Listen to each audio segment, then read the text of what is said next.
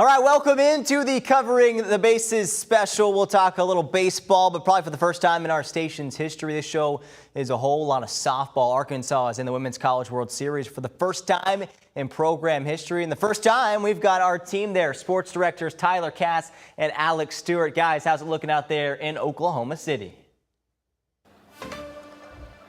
Well, it's looking bright and just chock full of red. If my math is correct, at least half of the 8 teams here wear red, so everyone walking around, it's hard to tell who's who. About 4 teams, and apparently 2 of them share the same logo as well. We had a little mix-up over there in the fan experience between Arkansas and Alabama, but good sign for the Hogs, right? Yeah, that's right. For those who missed the social media brouhaha, they accidentally had the Arkansas script A instead of the Alabama one printed out here. So there were 2 Razorback logos. I think that just increases their chances of winning a game. Is anybody actually complaining if you're from Fayetteville or Arkansas? I mean, the more the merrier, that's what I say. Exactly. And all right, here's the deal. It'll be 2 of those red teams, Arkansas and Nebraska, tonight at 8:30 p.m. for the Hogs. As we've been hammering home, it is the first time in program history that they get to make this trip to Devon Park and Oklahoma City for the Women's College World Series. But Alex, certainly not a team that's just happy to be here. No, absolutely not. And that's the thing that they've been stressing all week long is that they're like, yeah, we're glad we're here. We're going to soak it in. They walked the field yesterday, speaking of soaking, in the pouring down rain. They took it all in. Now it's all about business. They're focused, they're locked in, and they're ready to win this first game and push beyond that. Right, and it's not just ready so much as it is a belief. They believe, they know that they belong here and that they can advance through this bracket. It's a belief that way back at the beginning of the Courtney Deifel era didn't have much of a foundation. Before she came to campus, this Arkansas softball team had never hosted any postseason events and had never made it outside of an NCAA regional. She only won a game in the SEC her first season. After that, well, nothing but up, up, up, and now finally, for the first time ever, the Women's College World Series. The belief in the ability to do this when we were going to do this, that hasn't wavered. We knew it was there for the taking. We knew it was there for the building. It was getting the right people around me and getting the right players in that continued to work towards this. And we just, our belief never wavered. How much she loves us just makes us, want to go to war for her any day. Like, I would do anything for her. And so just the woman that she is just inspires us all to be better as her players. Coach Deifel makes so many sacrifices for this program and just for everybody in the state of Arkansas, really. And I wanted to do this for her really bad, and I'm so thankful that she's my coach. And Tyler, you mentioned going into that, the struggles of the Courtney Deifel era. Well, I got to just say a quick fun fact. Oklahoma City is also known as Cinderella City. This might be the definition of a Cinderella story. I know everyone's like, hey, they ruled 5 teams to get here, right? That's not a Cinderella. Well, let's look at it. They've been struggling. They've been forgotten. They've been overlooked. They've been underappreciated. They've had to work. They've never complained. And now here they are. If that's not a Cinderella story waiting to write a happy ending, I don't know what it is. It's the literal definition. All around the country in softball, the powers, the Oklahomas, exactly. the never talked about in that group, but at this point, they almost deserve to be. I completely agree, especially when you look at what they're doing on both sides of the ball. Elite pitching. Courtney Deifel, the pitch caller this year, she's known the girls that she wants to get in. She's brought them in. We've seen what they can do. Robin Herron, an All-American. Peyton Burnham's great. And then a freshman who's got greatness written all over her, Sailor Timmerman. And then, oh yeah, by the way, the Hogs, if you didn't miss it or you didn't catch it earlier, ruled their first 5 opponents. Just the second time in NCAA history that's ever happened. The other, Tyler, 1995 Arizona, they won it all. And you know what? Arkansas softball didn't even exist back when Arizona did that. Program's first year was 1997. So it just kind of shows you the history that is being made with this Arkansas softball program under Courtney Deifel. Again, first pitch, a late one. This sun is going to go down. The moon will shine bright. Yeah. 8:30 p.m. tonight, Arkansas and Nebraska. And we'll keep breaking that down. Back to the studio and Nick Luttrell. Nick. All right, Alex and Tyler, thanks so much. It's time to move on to everyone's favorite segment, Nick's Numbers to Know. Ahead of the big game tonight, here are 3 numbers that you need to know. We got .416, 37, and 3. So let's talk about them, break them down one by one, starting with this first number, .416. That's the batting average for Nebraska star player Jordy Fromm. Hog fans from last year, you might remember how good Brie Ellis was. Fromm maybe not quite as good, but 2 days ago she won the USA Softball Player of the Year. That's the same award that Ellis won last year. Now again, this .416 number isn't quite as high as Ellis's was last year, but she's a scary good hitter that Arkansas will have to pitch around. And they'll have to throw around as well. Fromm's not only a powerful hitter, but she's got Nebraska. She's a pitcher as well for Nebraska, and that's a tough task for the Razorbacks. So that is the first number to know. The second number to know is 37. That's a school record, 37 double plays that the Arkansas defense has turned this season. It starts with having good pitchers, yes, and the Hogs have that, but they also have their good pitchers with Robin Herron, Peyton Burnham, Sailor Timmerman. But those pitchers also have to have incredible fielders behind them, led by shortstop Italia Rio, who led the Razorbacks this year to over 3/4 of those 37 turned double plays. If Arkansas wins tonight, the pitching needs to force ground balls, and the infielders with the top 10 fielding team needs to keep turning double plays. Our final number is simple. It's 3. That's the number of former Razorbacks in Nebraska's starting lineup tonight. 2 of them are twins, Hannah and Lauren Kamazend, who were with the Razorbacks 2 years ago, along with Casey Hoffman. And they're not just in the starting lineup. Hannah Kamazend and Casey Hoffman have 2 of the 3 highest batting averages on the team for the Cornhuskers. Now, do these 3 players being former Hogs actually play a factor in this game? Probably not, but interesting to note the former Hogs who have moved north. So those are my 3 Knicks numbers to know. All right, we're coming up on our first break here on our Covering the Bases special. It's obviously a big, historic evening for softball, but the baseball Hogs have a pretty big weekend as well. We'll check in on Dave Van Horn's squad over in Lawrence. Coming up next.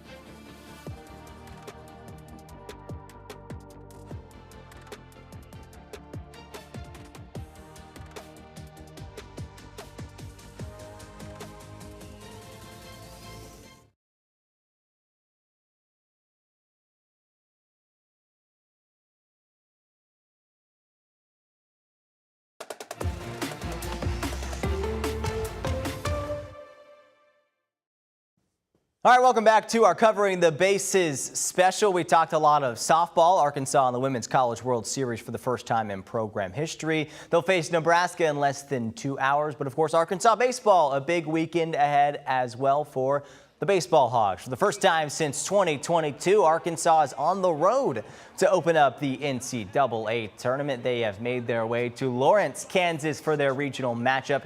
That includes the number 15 overall seed Kansas, along with Northeastern, and the team that the Hogs play first tomorrow night, Missouri State. And Arkansas more than familiar with the Bears. The Hogs have played them twice this season. In March, you're seeing it here, they suffered a 15-14 crazy loss in 10 innings in Springfield. And then in April, a big 8th inning, including a big 3-run home run by Ryder Helfrich in the bottom of the 8th inning, gave them a 12-4 win. Here's what Helfrich and Coach Dave Van Horn had to say about playing the Bears once again. Yeah, it's definitely nice being able to say we've played them twice. Obviously, first time was a shootout, and the last one was good. And it's just information that you can use. And seeing hitters again, it's just keep adding on to what you know and what you already know. Well, I'm confident in our team more than anything, and I always tell the guys it's really about what we do. If we play well, pitch well, we have a chance to win. I said it last week, Missouri State, veteran team, physical team. I have a lot of respect for them, so we just need to go out and play well. Yeah, hopefully the Hogs can do that. Someone who has played well recently is Gabe Gackle. He'll get the start tomorrow night against Missouri State. Gackle, he's had an up and down season, but he's coming off one of his best outings of the season last week against Texas in the SEC tournament quarterfinals. Here's what DVH had to say about his reasoning for starting Gackle as opposed to his normal Game 1 starter Hunter Dietz, who pitched minimally last week after suffering a foot injury also in the SEC tournament. We have two guys that have kind of fought for that position, and, we just feel like that any time that we can give Dietz a little more rest after he took that line drive off the leg last week, another 24 hours might be a good thing. Yeah, so hopefully Dietz will be ready to go when Arkansas hopefully wins this game and then faces off against Kansas on Saturday night. Here's the details you need to know. In Arkansas's 4-team regional, they're the 2 seed. Missouri State is the 3 seed. Of course, as I mentioned earlier, it is Game 3 between these two teams, and it might be the biggest one so far this season. It is at the Jayhawks Stadium, in Kansas. It's the Razorbacks, it's the Bears. It's Friday, 5 o'clock on ESPNU. All right, we're up on another break here on Covering the Bases. But when we return, we'll tell you about the special trip one local softball player is taking this weekend. Stick around for that.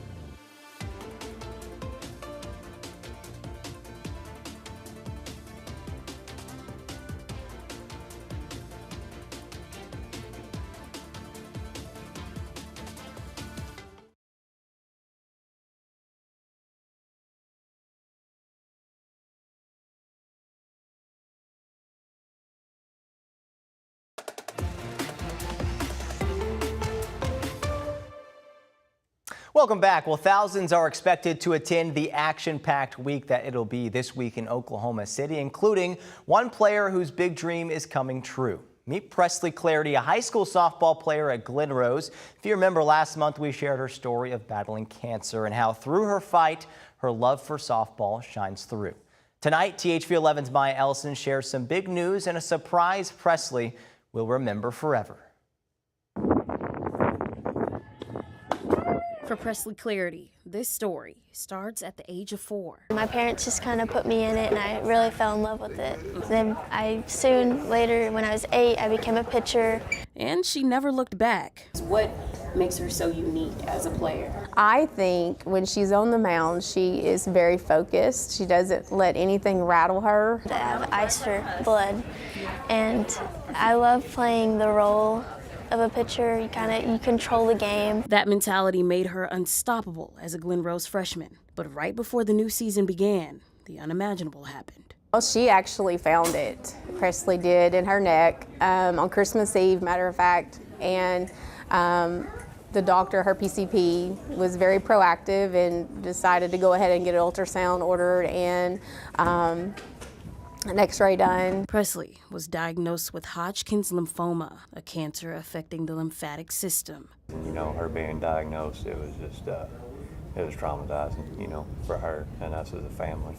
At first, we just really didn't know what anything looked like, what her journey would be, how hard it would be. But for Presley, the hardest part isn't the treatment. It's not being able to play softball.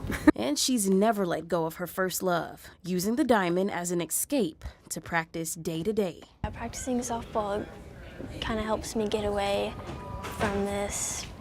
Yeah, gets my mind off things. Her resilience caught the eyes of 80,000 viewers, including ESPN's Holly Rowe. One of her assistants reached out after one of my videos went viral, and eventually Holly contacted me. She FaceTimed me and she told me I was going to the World Series. Presley and her family gifted with an all-expense-paid trip to this year's Women College World Series, courtesy of Rose Foundation, Joy and Us. It's a dream come true for her, you know, to get to go watch softball because it's her life and her passion. And on Thursday, the big day finally arrived. Surrounded by family, doctors, and nurses, her community sent her off in style. Getting to the World Series, what are you most excited about? First, spending time with my family and just the atmosphere. For Presley, this moment is a reflection of a journey defined by one rule: never give up. There is light in the darkness, and just be strong. In Little Rock, Maya Ellison, THV 11 News. Maya, thank you. Presley and her family left this afternoon for Oklahoma. They are expected to attend tomorrow's Women's College World Series, cheering on Arkansas all the way. She says when she returns, she has just 2 more treatments left. All right, one more break here on Covering the Bases. When we return, we'll send things back to Oklahoma City Live with Tyler and Alex for their prediction on tonight's big game.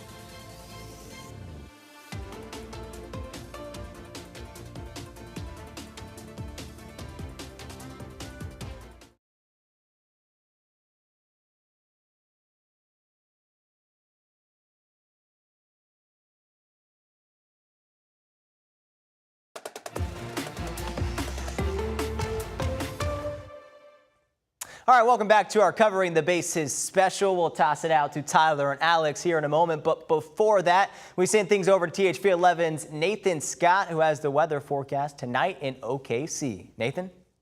The weather in OKC is much better than what we're experiencing here in central Arkansas with the showers and thunderstorms. They only have a 20% chance there could be an isolated storm, but I'm not expecting any rain delays for tonight's game. Temperature's not too bad. Starting off first pitch around 82 degrees, and it's not as humid in that part of the country as well. The numbers will slide down into the 70s with partly cloudy to mostly clear skies by the end of the game. All right, Nathan, thank you. But let's be honest, you're here in our studio here in Little Rock. These two guys are actually in Oklahoma City staring into the sun. So Tyler and Alex, why don't you tell me, what does the weather look like there? And also give me your prediction for tonight's big game. That's right, just directly into that sun. I can't see the weather, so what's it look like? I have no idea, but it feels hot.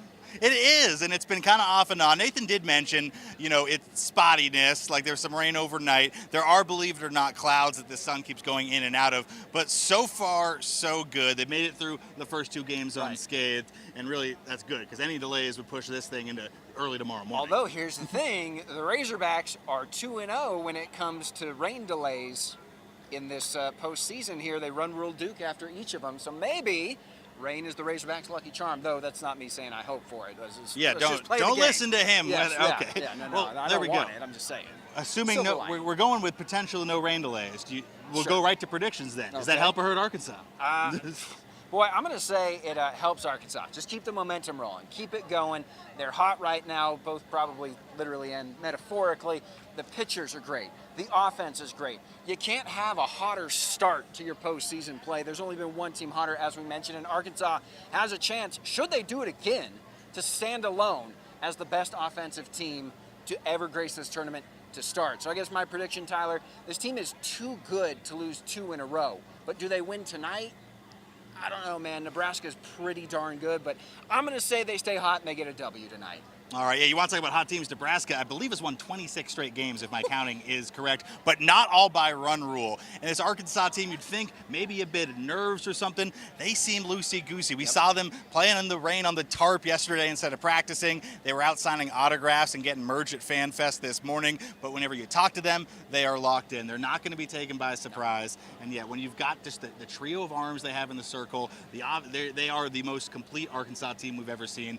Give me Arkansas tonight, and then we got a day off tomorrow, and they're playing again on Saturday. The day off is what I'm looking forward to the most. If they can win. I mean, don't get me wrong, I want Arkansas to win, but that day off would be awfully nice to experience OKC a little bit with them, which I'm sure they'll also do. I feel like we needed one of those hog hats for the Lee Corso headgear pick out here for Arkansas. There's a giant golden glove. I know you want to run and grab it. Yeah, if we got time. No, we don't. Immaculate atmosphere here, though, is the point I'm making. Look, and it's only fair because Arkansas was snubbed. No gold gloves on the team this year, supposedly. Yeah, no, I say that's hogwash. Arkansas knows that people nationally are predicting against them. I think it's going to give this team the fire to carry them through a run in their first ever time at Oklahoma City. That'll do it for us. For Alex Stewart, I'm Tyler Cass, live in front of Devon Park. Razorback softball coming your way at 8:30 tonight in the Women's College World Series. Let's go see history. All right, Tyler and Alex, thanks so much. You got to stick around because you want to hear my picks, I assume, as well. So I'll give my quick breakdown of this game. I talked about my kind of numbers to know earlier in the show, and I think that could be the difference maker in this game. And I think Jordy Fromm is the difference maker for Nebraska. Arkansas fans probably don't even know who she is, but they'll probably know her name after tonight's game. I think Nebraska has the better player. Arkansas might have the better team, but tonight Nebraska has a better player. I think that leads them to the win. 7-5, I'm giving Nebraska the win. Thanks for watching and Covering the Bases.